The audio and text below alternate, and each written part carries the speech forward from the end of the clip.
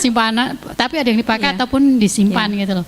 Iya. Kalau yang disimpan biasanya kan berbentuk Emas logam batangan. mulia gitu ya kan. Iya. Itu zakatnya berapa persen gitu? Jakatnya sama, 2,5% tetap sama ya. Terus? Mau itu jakatnya dalam bentuk perhiasan yang sudah di apa namanya? Sudah maksudnya emas itu sudah dibentuk gitu kan? Sudah jadi gelang, kalung ataupun dalam bentuk batangan sama saja. Tapi gini, kalau dalam mazhab Syafi'i, saya belum sampai di bab perhiasan ya. Kemarin kita juga baru bahas bab zakat. Jadi kebetulan saya punya kajian rutin di Bank DKI sama Bu Ito juga. Kalau ibu-ibu mau hadir silahkan.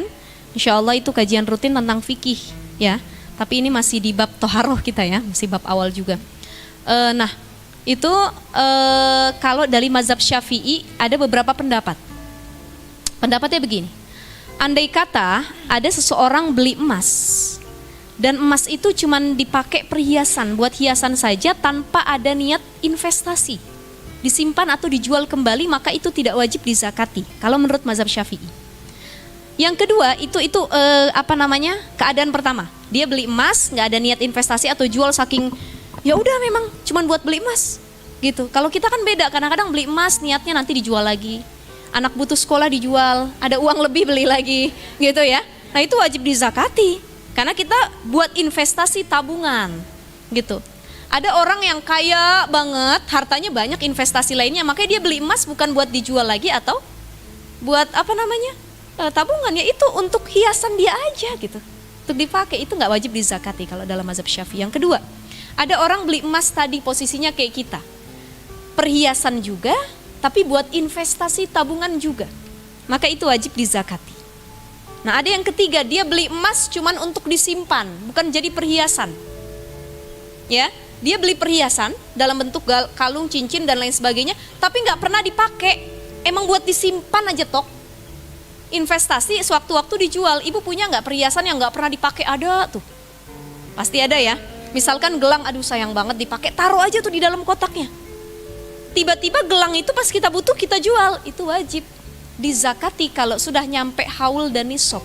Jadi zakat itu harus dua syarat tadi, haul nisab. Haulnya 1 tahun, nisabnya itu seukuran tadi 80 sampai 90 gram lebih. Kalau dikalkulasikan ke rupiah atau uang itu sekitar 80 juta ke atas terkait emas yang kita miliki. Jadi kalau kita punya emas, total emas kita itu udah nyampe kisaran 80 sampai 100 jutaan, itu yang disimpan di kotak perhiasan, itu wajib dikeluarkan zakatnya. 1 tahun. Nah gini, mencapai nisab, halo Bunda, saya izin melanjutkan. Bukan hanya sampai nisab, bukan hanya sampai jumlah tadi sekitar 80 sampai 100 jutaan ya, 80 gram ke atas, tapi bagaimana sudah sampai haul. Haul itu 1 tahun. Jadi kalau kita punya emas 100 juta misalkan nominalnya, tapi belum sampai 1 tahun, 5 bulan, itu belum wajib dizakati. Ternyata sebelum setahun udah kita jual, nilainya berkurang, nggak nyampe 80 gram misalkan, nggak wajib keluar zakat. Tapi kalau kita punya emas dan emasnya itu sudah sampai nominal tadi 80 gram ke atas dan itu bertahan sampai 1 tahun emasnya, maka wajib dikeluarkan 2,5% dari emas yang kita miliki, apalagi emas batangan. Tapi kalau emas yang ada di rumah nggak wajib, Mas Eko, Mas Ahmad dan lain sebagainya ya, itu nggak wajib dizakati. Ada yang bilang, Ustazah saya mah emas saya di rumah nggak mau dizakati, maunya disedekahi. Oh tidak. Karena ada ayat firman Allah yang mengatakan Bismillahirrahmanirrahim. Selamat datang Bu Vera, mudah-mudahan sehat walafiat. Saya lanjut ya Bunda ya. Ada ayat dalam Quran yang Allah berfirman, lan tanalul birra hatta tunfiqu mimma tuhibbun. Belum sempurna kebaikan seseorang, belum sempurna kebaikan yang dia lakukan sebelum dia menginfakkan apa yang dia cintai. Punya harta banyak, cinta dia sama hartanya, dikeluarkan sedekahnya, dikeluarkan zakatnya. Sedekah baju sama orang, jangan kasih baju yang bekas, belel, udah putus-putus dan lain sebagainya, koyak di sini kanan kiri. Ya Allah, Allah bilang kalau sedekah kasih yang terbaik. Begitupun baju, kasih yang masih bagus, masih layak. Kita kan enggak, udah jelek nih, udah dekil, kasih sama orang lain. Boleh aja, silahkan, tetapi kata Allah belum sempurna kebaikan diri kita. Apalagi kasih makanan, jangan makanan yang udah berhari-hari di kulkas nggak kemakan. Kasih sama satpam katanya, kasih sama tetangga.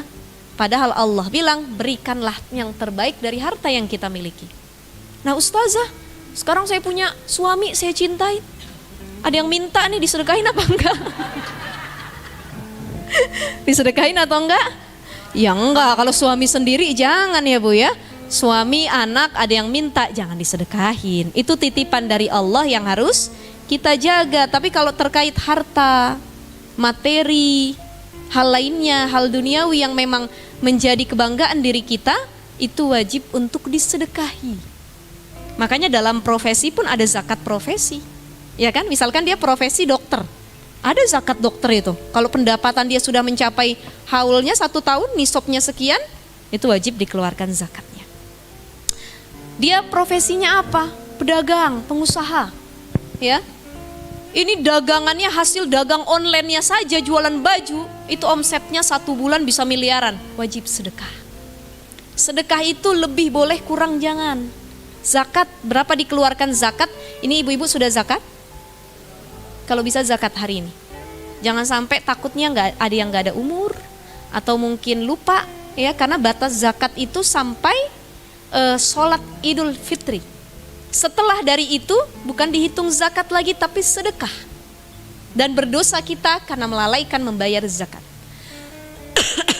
Saya kemarin bayar zakat sama suami di hari kedua puasa. Saya bilang ke suami, ayo Bi, udah takut kita lupa nanti, buruan zakat sekarang. Akhirnya suami saya langsung ngasihnya ke, saya punya supir ya Bu ya, kebetulan dia kekurangan lah, masuk dari kaum duafa, fakir miskin, kita langsung kasih. Itu kemarin dikasih sama suami saya hampir setengah karung beras. Padahal total kita bertiga nggak segitu. Tapi dalam zakat sedekah lebih boleh, kurang jangan. Yang penting mencapai dari 3,5 liter tadi. Ya, 1 so itu kalau dari kisaran mazhab Syafi'i itu sekitar 2,7 sampai 3,5 liter. Tapi kita ambil yang paling banyak, 3,5 liter. Dan yang harus dikeluarkan berasnya adalah beras yang kita makan.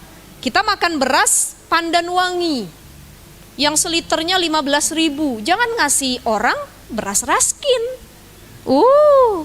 Dosa itu harus seukuran yang kita konsumsi.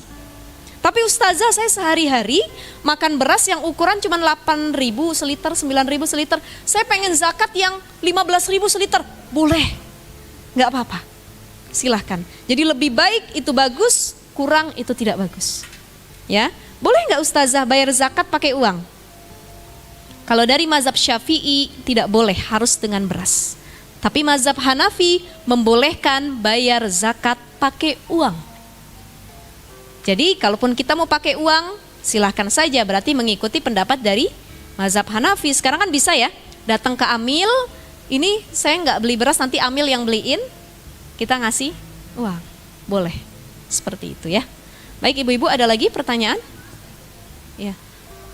Kita bicarakan itu zakat fitrah ya. Zakat fitrah.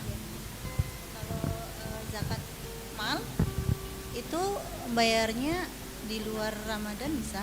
Bisa, di Ramadan bisa, di luar Ramadan juga bisa. Beda dengan zakat fitrah yang khususon di bulan Ramadan. Dan itu hartanya apa aja sih? Misalnya saya punya beberapa Urudut tijarah, barang dagangan.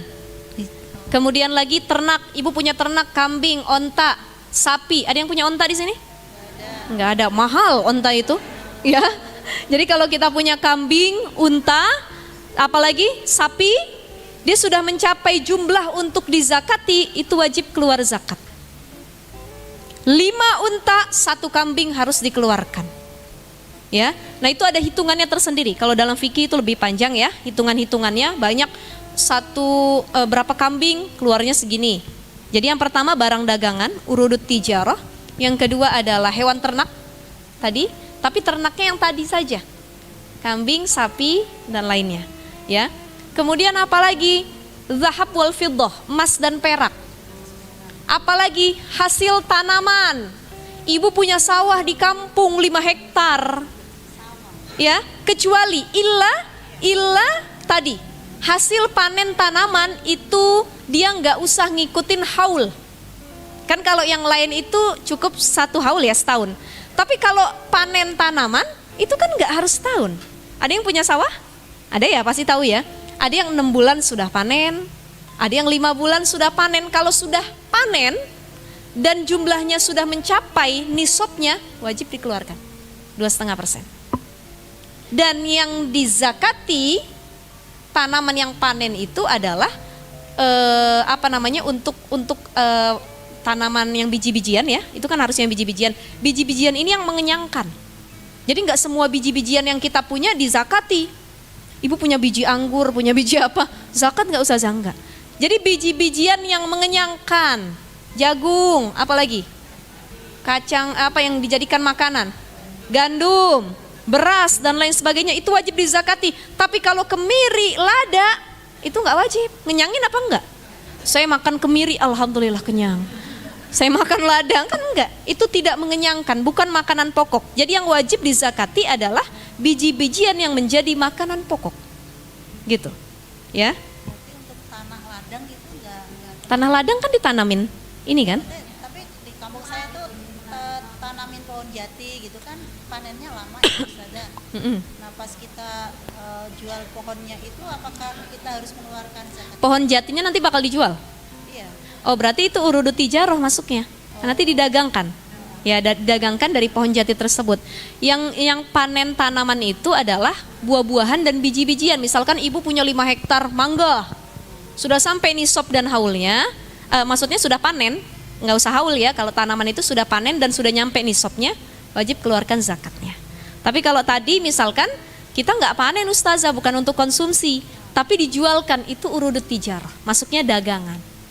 Dari hasil ngejual pohon jati tadi, misalkan dapat berapa M, sudah sampai nisab, keluarkan zakatnya. Ya, 2,5%. Kalau di Indonesia tanggungan kita 2, zakat sama pajak. Ya, mobil pajak, motor pajak, gaji dipotong pajak, semua nih. Rumah makan pajak, apapun pajak, rumil nggak kena pajak ya? Kena juga. Kena juga ya, semua bangunan kena pajak. Nah itu di Indonesia. Tapi kalau dulu di zaman Rasul, pajak itu cuman dibebankan kepada non-muslim. Tapi muslim wajibnya zakat. Itu kalau kita dua-dua tanggungannya. Tapi insya Allah Allah mampukan harta kita untuk bisa membayar itu semua. Ada lagi pertanyaan? Oh iya, silahkan Bunda. Oh.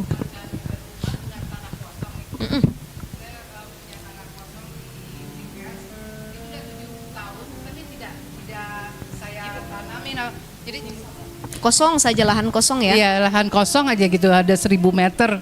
Memang rencana saya tuh mau bikin kontrakan, tapi berhubung dananya nggak ada, jadi tergeletak begitu aja tuh 1.000 meter itu. Itu tidak diapa-apain gitu. Itu nggak wajib ya? Karena kan tidak ada perputaran di dalamnya. Oh gitu. Ya, Kalau rumah?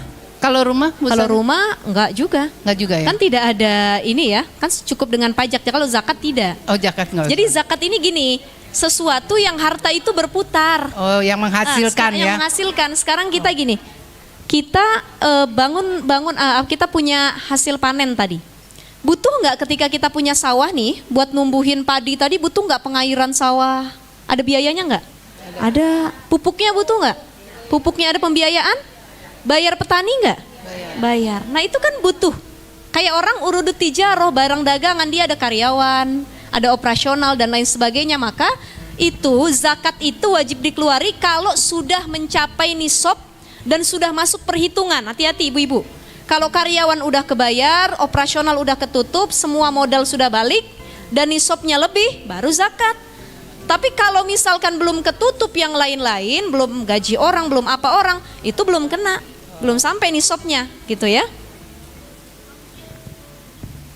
Tapi kalau nanti itu rumah udah jadi kebun itu udah jadi kontrakan baru bisa. Baru dizakati, namanya zakat pendapatan. Oh, iya. Ya kan ibu misalkan dari hasil kontrakan 1 bulan dapat 500 juta, misalkan satu kontrakannya 100 juta, contoh ya, atau berapa puluh juta dari kontrakan, itu wajib dihitung zakatnya. 2,5%. Ya, 2,5%. Terima kasih Bu Ustazah. Ya, sama-sama.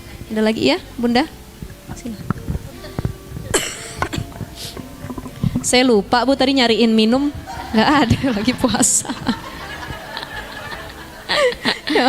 Ustazah, kalau Iya. misalnya zakat untuk kayak batu mulia itu bagaimana ya? Kan kalau dihitung secara emas kan dia emasnya kan sedikit biasanya. Kandungannya ya.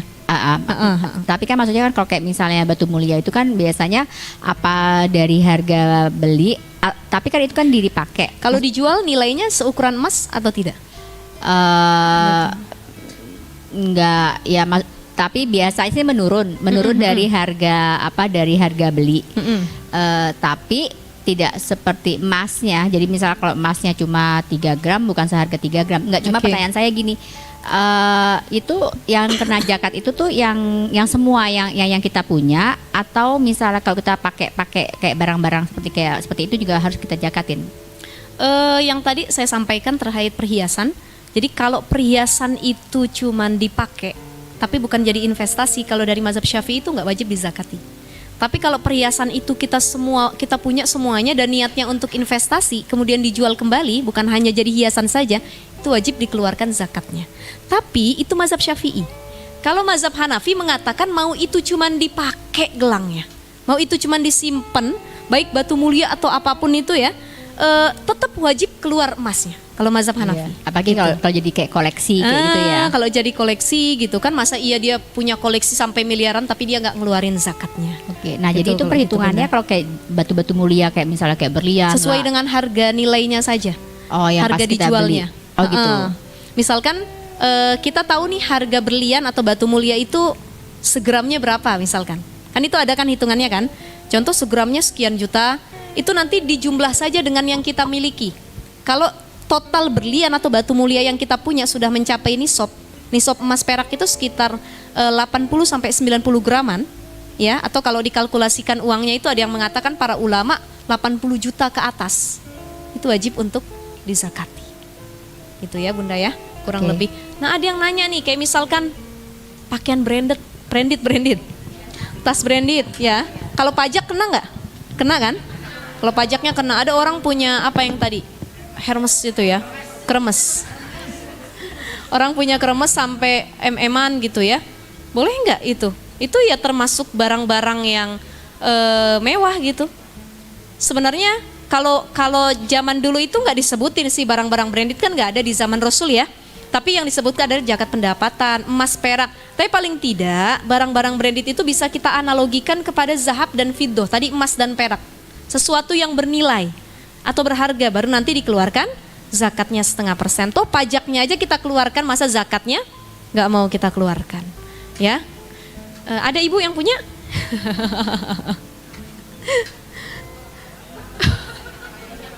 2M. Saya kalau punya tas kremes ya Ustazah, saya kalau punya tas kremes itu saya kantongin plastik terus, takut saya kegaret Bu 2M gitu. Masya Allah.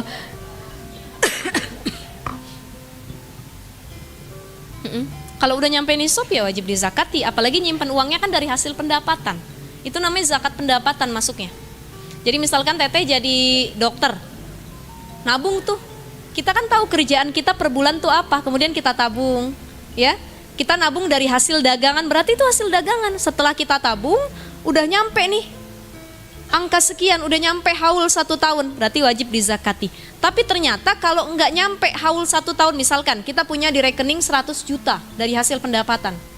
100 juta ini cuman bertahan 2 bulan, di bulan ketiga keempat turun, pengeluaran jadi 50 juta, 60 juta, kan belum nyampe tuh nisabnya ya. Tapi insya Allah next lain waktu kita bahas nanti masalah fikih ini ya, fikih zakat ya, lain waktu insya Allah. Kalau nanti saya silaturahim lagi ke Rumil, insya Allah ba'da lebaran mudah-mudahan ya.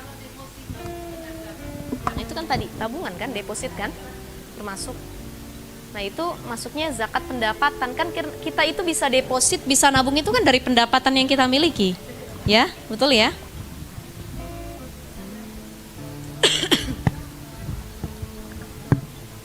Beras. Zakat fitrah dianjurkan dari awal Ramadan sampai menjelang Idul Adha. Batasnya sebelum Idul Adha. Idul Fitri. Jadi, Idul Fitri, Idul Adha ya. Lama benar. Jadi kalau Jadi awal Ramadan dan akhir Ramadan menjelang Idul Fitri. Jadi pokoknya Ada kalau yang bilang memang afdolnya akhir. Jadi Afdolnya orang padanya begitu. berbondong-bondong bayar pas akhir kan? Iya, soalnya panitia zakatnya itu kita di masjid itu kan seminggu sebelum Idul Fitri kan dia buka gitu. Ya. Itu. Terus kalau Gimana kita Ustazah mau gitu? membayar awal gitu, kita boleh dan harus kemana kan kalau di masjid udah ada yang mengatur kan untuk yang itu. Kalau kita bayar sendiri itu, Kalau kita bayar sendiri ke 8 asnaf itu kan, fakir, miskin, duafa, dimasuk yang itu ya. musafir, iya. Jadi boleh di awal. Boleh di awal. Boleh. Dan gini loh ibu-ibu, zakat dan sedekah itu paling utamanya harus diberikan kepada kerabat terdekat dulu. Jangan kita ngasih zakat sama orang lain, kita punya adik kakak yang dia fakir miskin sebenarnya butuh zakat. Makanya kalau saya sama suami punya prinsip, kita zakat sedekah sama keluarga dulu. Nih abang adik kita misalkan susah, nggak seberuntung kita nih hidupnya, mereka dulu yang dapat zakat kita. Abang adik kita kaya, kecukupan, kita punya paman, bibi, sepupu, mereka dulu. Mereka udah kecukupan, baru kawan-kawan terdekat kita, orang-orang di sekitar rumah kita yang paling dekat baru. Kalau sudah, baru yang lainnya. Jadi paling afdol itu sama kerabat terdekat. Ibu cari dari kerabat terdekat, kayak saya misalkan, saya tadi supir saya sendiri. Ya, karena itu juga dekat, tiap hari nyupirin kita, ya udah, dia aja deh Bi, yang kita kasih. Ya, itu silahkan orang terdekat yang memang dalam jangkauan kita itu lebih afdol ataupun lebih utama. Nah kalau misalkan bukanya masjid itu seminggu sebelum lebaran, ya nggak apa-apa ditunggu dulu silahkan. Atau datengin langsung DKM-nya, begitu habis tarawih. Pak saya mau bayar zakat nih, oh boleh ibu. Nanti biar diurusin dan lain sebagainya. Oh nggak ada yang mau? Enggak, karena belum siap dianya. Tapi kalau di kampung saya dulu ada yang dari awal itu sudah ada stand zakatnya gitu ya. Masa nggak mau ya? Padahal harusnya biar nggak lupa ya. Itu ya memang gini, ramenya itu adalah menjelang Idul Fitri. Dan malam tuh, malam takbiran itu ramai orang bayar zakat. Tapi akhirnya banyak orang yang lupa, akhirnya dia bayar zakat pagi-pagi sebelum sholat Idul Fitri. Ini hati-hati, jangan sampai kita lalai. Makanya dari awal juga sudah boleh sebenarnya, ya. Memang ilmunya kurang kali ya Ustazah ya. Kita juga baru tahu gitu. Maksudnya ngikut yang Bukan biasa kurang, insya Allah bisa nambah lagi nanti kita pengetahuan gitu ya. Nah ini lagi terkait zakat sedikit lagi ibu-ibu, ini sampai jam berapa? Sudah 11:30 ya? Hah? Jam 1? Sebelum zuhur ya. Terkait zakat ya, zakat fitrah ini kan tadi ukurannya satu sok. Satu sok itu kalau dalam literatur fikih, pembahasan fikih, maka sekitar 2,7 ya atau sampai 3,5 liter kalau dari mazhab Syafi'i. Nah, kalau Syafi'i wajibnya beras. Bukan beras maknanya, makanan pokok. Kalau dulu di Mekah Madinah makanan pokoknya kurma, maka yang dikeluarkan zakat adalah kurma. Ada orang makanan pokoknya gandum, maka yang dikeluarkan gandum. Ada orang makanan pokoknya keju, maka yang dikeluarkan keju. Jadi yang harus jadi zakat adalah makanan pokok. Karena kita tinggal di Indonesia, maka makanan pokok kita adalah beras. Jangan orang sekitar butuh beras, kita kasih keju. Nggak kenyang itu perut para fakir miskin. Ini bagaimana makannya katanya ya. Jadi ketika kita tinggal di satu daerah atau negara, dalam mengeluarkan zakat fitrah itu harus disesuaikan dengan keadaan orang sekitar. Itu dalam kitab Kifayatul Akhyar dijelaskan. Kita misalkan ikut suami kerja di Jerman, di Belanda misalkan. Orang sana mayoritas makanannya gandum misalkan, roti, keju. Nah, ketika kita mau zakat, Ustazah, pas saya zakat di sana beras juga atau gimana? Tidak, menyesuaikan orang sekitar. Orang sekitar makannya apa? Keju. Maka dihitunglah 2,5%. Satu sok dari keju itu berapa? 3,5 liter atau 3,5 kilo keju itu berapa? Itu di zakati. Jadi sesuai dengan daerahnya. Tapi Ustazah saya tinggal di Jerman, saya pengen zakatnya di Indonesia, boleh nggak? Boleh, silahkan. Ya, ngirim ke orang tua, mah pengen zakat, tolong kasih ya sama orang sekitar. Nih saya kirim uangnya segitu, nanti mama yang beliin berasnya, boleh. Tapi yang penting kalau kita mau ngasih zakat buat orang sekitar harus tahu makanan orang sekitar apa. Indonesia beras, Arab Saudi kurma misalkan, yang lain gandum atau sebagainya. Itu tergantung dengan negara masing-masing. Ya, baik, sudah ya ibu-ibu ya. Alhamdulillah sudah 11:30. Gak kerasa waktu ya Bu ya. Jadi gak lapar kita nih ya. Sebab kita lagi puasa. Mudah-mudahan insya Allah Allah mampukan kita untuk maksimal beribadah di bulan suci Ramadan. Bukan hanya sholat wajib dan puasa wajib yang kita lakukan, tapi yang sunnah-sunnah juga harus dikerjakan. Tarawih ya, walaupun hukumnya sunnah itu harus dilakukan. Jangan sampai kita melalaikan. Ramadan setahun cuman sekali. Jangan disia-siakan. Sedekah, sholat tarawih, sahur, berbuka, ya, baca Quran dan lain sebagainya itu adalah sunnah-sunnah di bulan suci Ramadan, termasuk nih mengisi waktu kita dengan kajian, mendengar ilmu-ilmu untuk tambahan diri kita agar semakin dekat kepada Allah Subhanahu wa Ta'ala. Ini juga bentuk perkara sunnah yang Allah berikan pahala di bulan suci Ramadan. Ibu nggak bisa puasa, haid, nifas, menyusui, ya. Gimana ustazah? Saya pengen ngejar pahala sunnah. Bisa dengan zikir. Bikin makan buat suami, baik sahur maupun berbuka, itu juga dapat pahala sunnahnya ketika bulan suci Ramadan. Ya, jadi jangan sampai sedih kalau kita nggak bisa berpuasa karena uzur atau halangan tertentu. Baik, alhamdulillahirabbil alamin. Saya tutup kajian ini. Terakhir saya minta kita baca Fatihah dulu ya, karena ini ada pesanan salah satu jamaah ya. Ini jamaah Rumil. Oh ibu ya. Kita doakan Ibu Surati binti Harjo di Koro yang wafat pada bulan lalu ya, tanggal 16 Maret 2023. Usianya 100 tahun Bu. Masya Allah. Ibu di sini paling tua berapa? Hah? Nah, nggak usah malu, nggak apa-apa. Ya, 62. Kelihatannya masih kayak 17 tahun ya Bu ya. Masya Allah, ini karena barokah ngaji, demen ngaji ya. Demen ngaji jadi awet muda. Alhamdulillah. Kalau saya udah tua. Orang katanya kalau pengen awet muda harus have fun, jangan banyak pikiran, senyum terus ya. Insya Allah mudah-mudahan Allah panjangkan umur kita nih bisa sampai 100 tahun. Ya Allah, bukan hanya panjang usia kita tapi juga berkah, manfaat umurnya. Ada orang yang panjang umur tapi maksiat selama hidupnya. Kita nggak mau, mudah-mudahan panjang umur, banyak amal, berkah usia kita.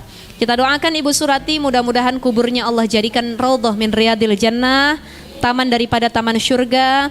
Allah ampuni dosa-dosanya, kemudian juga diterima segala amalnya. Keluarga yang ditinggalkan khususon Bu Anik ya, jamaah Rumil beserta keluarga, Allah kasih kesabaran, kekuatan, keikhlasan. Kalau memang sudah ajalnya, setiap kita pasti wafat ajal ya, tinggal menunggu kapan giliran kita. Kalaupun kita harus wafat nanti, insya Allah mudah-mudahan dikasih husnul khatimah. Mari sama-sama kita baca suratul Fatihah. Ala hadhihi niyah wa ala kulli niyatin solehah wa ila hadratin Nabi Mustafa Muhammadin sallallahu alaihi wasallam, khususon ila ruh Ibu Surati binti Harjo di Koro. Syai'unillahi lahum al-Fatihah.